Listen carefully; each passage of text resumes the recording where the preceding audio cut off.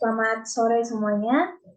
Perkenalkan, saya Guswanita Mayora dengan NIM 6704202164 dari kelas MP 4403. Di sini saya akan mengerjakan tugas besar dari mata kuliah Manajemen Human Capital.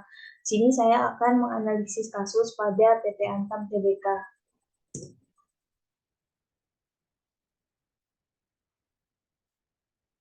Topik pembahasan yang akan saya bahas yang pertama itu ada pemeran dalam kasus, yang kedua ada latar belakang masalah, yang ketiga ada problem solver, dan yang keempat ada analisis atau kesimpulan.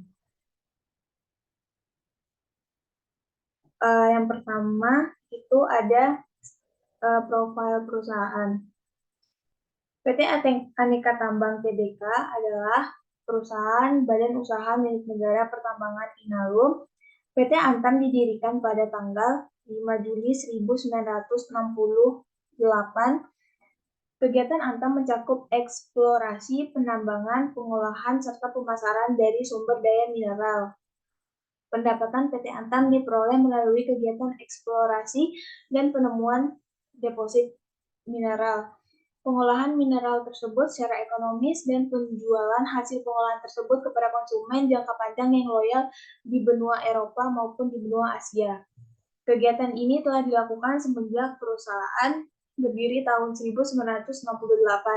Komoditas utama PT Antam Tbk ini adalah biji nikel kadar tinggi atau saprolit, biji nikel kadar rendah atau limonit, ferronikel, emas, perak, bahkan bauksit. Jasa utama Antam adalah pengolahan dan pemurnian logam mulia serta jasa geologi. Selanjutnya, di sini ada pemeran dalam kasus, ada 3. Yang pertama itu ada Nicholas Kanier sebagai Direktur Utama PT Antam Tbk. Yang kedua itu ada Basar Simanjuntak selaku Direktur Sumber Daya Manusia. Dan yang terakhir ada staf atau karyawan di perusahaan PT Antam Tbk. Seperti yang kita ketahui, kebanyakan jenis kelamin karyawan yang bekerja di PT Antam adalah laki-laki. Tidak ada perbedaan yang konsisten antara pria dan wanita dalam kemampuan memecahkan masalah, keterampilan analisis, dorongan kompetitif, motivasi, sosialitas, atau kemampuan belajar.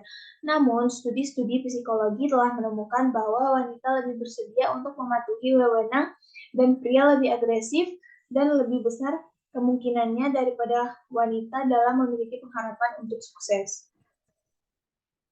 Selanjutnya, di sini ada tabel hasil kinerja karyawan PT Antam pada tahun 2014 sampai 2017. Presentasi capaian kinerja final.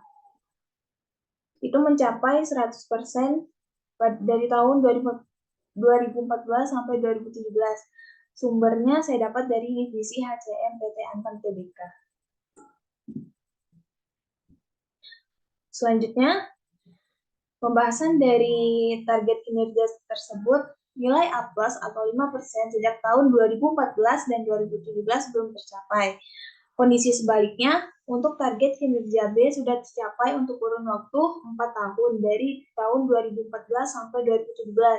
Namun, pada tahun 2017, kinerja pada kelompok nilai B mengalami penurunan sebanyak 3,08% dari 75,18% di tahun 2016 menjadi 72,10% di tahun 2017. Demikian juga halnya untuk nilai C yang mengalami peningkatan dari 2016 sebanyak 3,78% menjadi 7,06%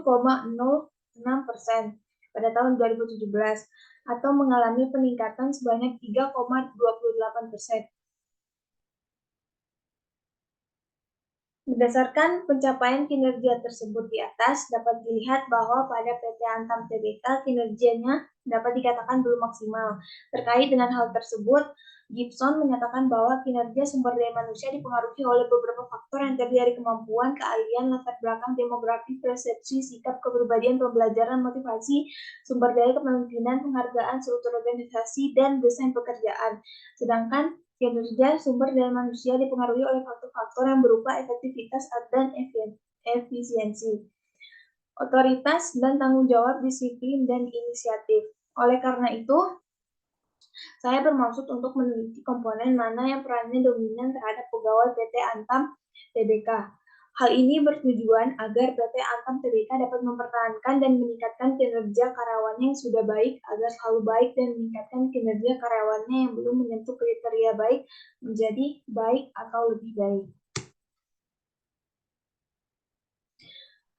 Solusi dari saya adalah banyak karyawan yang bekerja di suatu perusahaan tidak menyadari jika proses yang mereka capai dan jalankan saat ini suatu saat saja bisa hilang atau digantikan oleh orang lain.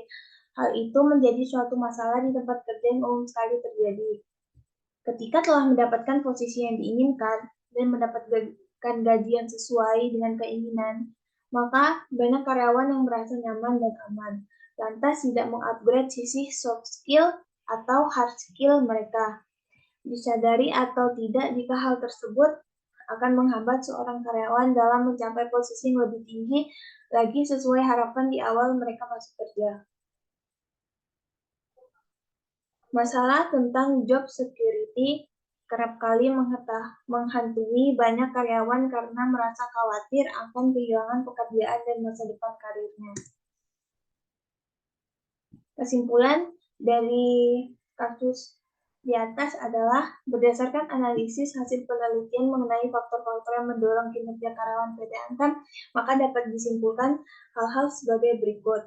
Yang pertama itu faktor-faktor pendorong kinerja karyawan PT Antam Tbk adalah 16, antara lain kemampuan, keterampilan, latar belakang, demografi, persepsi, sikap, kepribadian, pembelajaran, motivasi, sumber daya, kepemimpinan, struktur organisasi, desain pekerjaan, efektivitas, dan efisiensi, otoritas dan tanggung jawab, disiplin, serta inisiatif. Kesimpulan yang kedua, dari 16 faktor yang mendorong kinerja karyawan PT Antam Tbk, terdapat 4 faktor dominan, antara lain yang pertama itu disiplin, yang kedua kemampuan dan keterampilan, yang ketiga persepsi, dan yang keempat pembelajaran.